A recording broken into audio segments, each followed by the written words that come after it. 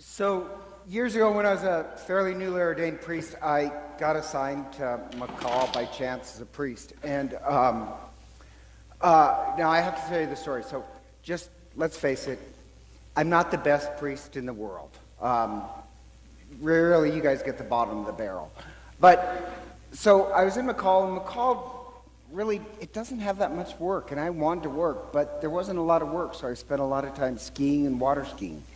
And one weekend I had a wedding, so the wedding was in the morning, but after the wedding till 3:30, I had several hours to go water skiing with a friend. So when I did the wedding, I wore my shorts, because you can't tell under the rope. So I could go immediately, rip them off and then just go water skiing. And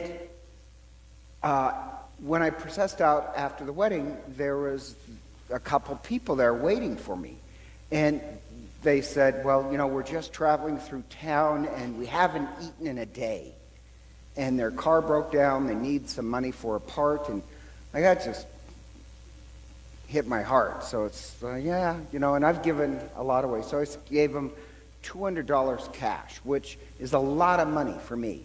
So, but I felt for them, so here's $200.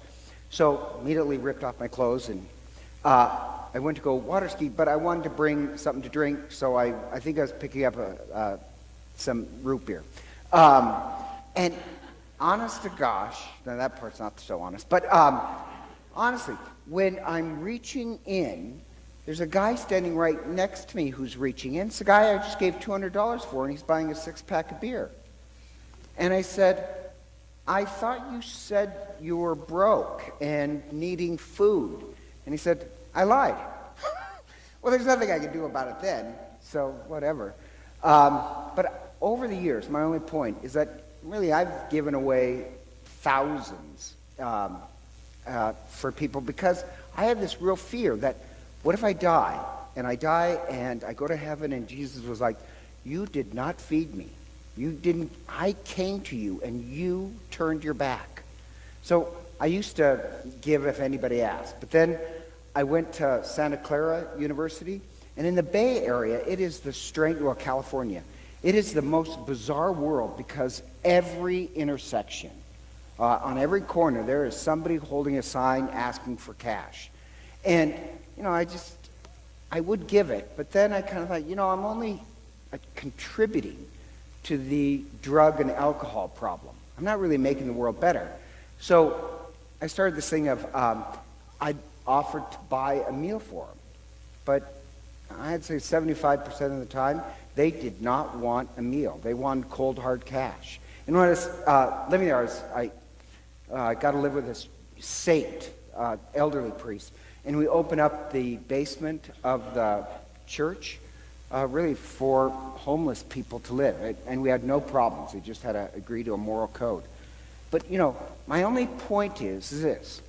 I love that first reading. Love it. And you better believe it. When God says, share your bread with the hungry, clothe the naked, free the oppressed, do not turn your back on them. I believe that. Your salvation, I think, depends on it.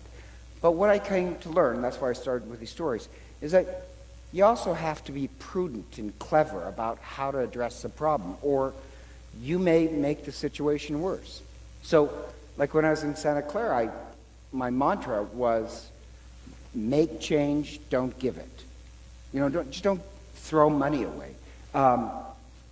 Give to St. Vincent de Paul. Give to Corpus Christi House. Make the system change. And here's a little thing that happened several months ago. I didn't announce it because it seems egotistical. Did you know holy apostles, I was shocked, they sent a plaque. Holy apostles, out of all the parishes in the United States, contributed more than any other for international poverty? Isn't that shocking? You think it'd be like Pebble Beach or New York. Meridian, Idaho? You got to be kidding. Boy, we're very generous. Every year we give clothing, blankets, all this other stuff. I believe in making change. And But the only thing I really want to stress is you better believe your salvation depends upon it. Because when God says this in the first reading, reread it. Share your bread with the hungry, clothe the naked, shelter the oppressed. That actually has this command that if you don't, then I'm withdrawing my favor. And it starts actually in the Sinai covenant. In the Sinai covenant, God says to the people, God says, listen, I fell in love with you when you were nothing.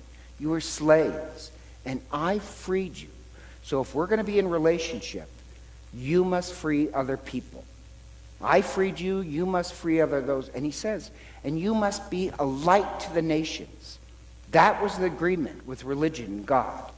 Except they always kept forgetting. And so you have like the prophet reminding, this is the deal. You're supposed to end oppression. And the sad part about this reading is that once again, they chose not to. Religion became self-serving. And God hates self-serving religion. So if you know the Old Testament, Babylonians came in and wiped the temple away. God's quite serious. Don't call yourself religious if all you do is take care of yourself. Religion is not supposed to be self-serving. So when Jesus, on this, it's a long homily he's giving, in the Sermon on the Mount, and he says to the people, you are salt of the earth. You are the light of the world. They would have known exactly what that meant. That was part of the original agreement between religion and God, the very ancient one. We are supposed to be this light that gives hope to other people, that gives freedom and food. We're supposed to be this force that guards life and protects it. Don't call yourself religious if you're not. And he's giving this to really the working poor in Galilee. And he's saying that because the temple priests are enormously wealthy, and they don't do anything to help anyone. So in Matthew, Jesus wants to start this new church. But the new church will not be self-serving. That's what when he says, you are the light of the world, that's what he means. You know, life is impossible without light. You are the salt of the earth. Salt also, without salt we'll die. American diets, we have way too much, so we get too much salt. But salt is necessary for life, and salt makes things taste better. Your life, your faith, your love, your marriages, it's supposed to make this world have more flavor, taste better. That's the deal that we're making with God. And my favorite line in the gospel is this really odd one, where Jesus says, in English, it's, what do you do if salt loses its flavor, taste? It's good for nothing but to be thrown away.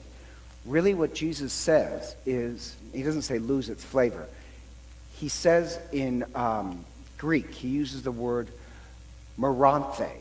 Anybody want to guess what moranthe means? You can kind of hear the English. Moranthe? Moronic.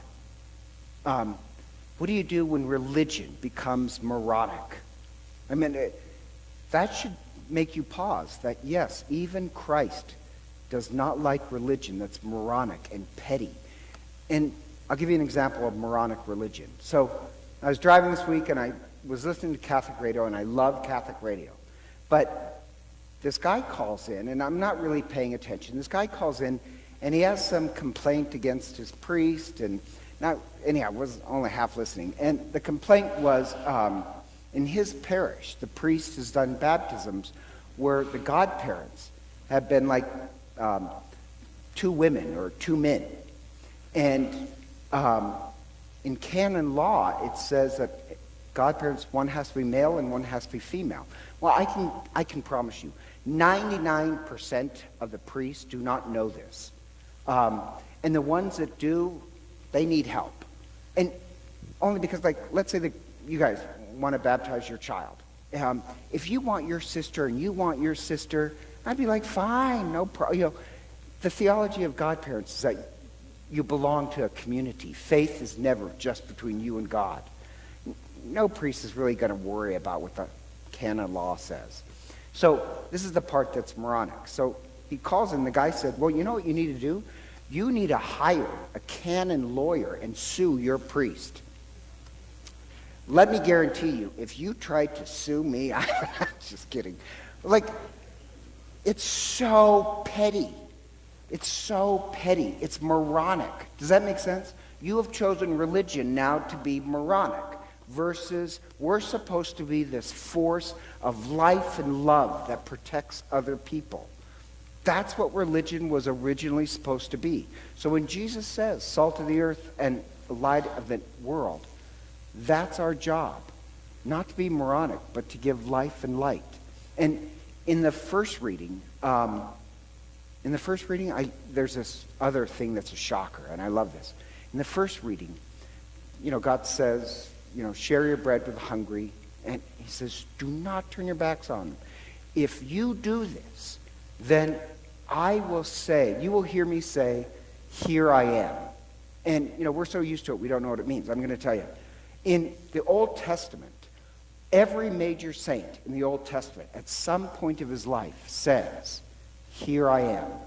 Abraham said it, Isaac said it, they all say it. And when they say it, it's when they're going to offer their life in love for somebody else. They're going to sacrifice their life.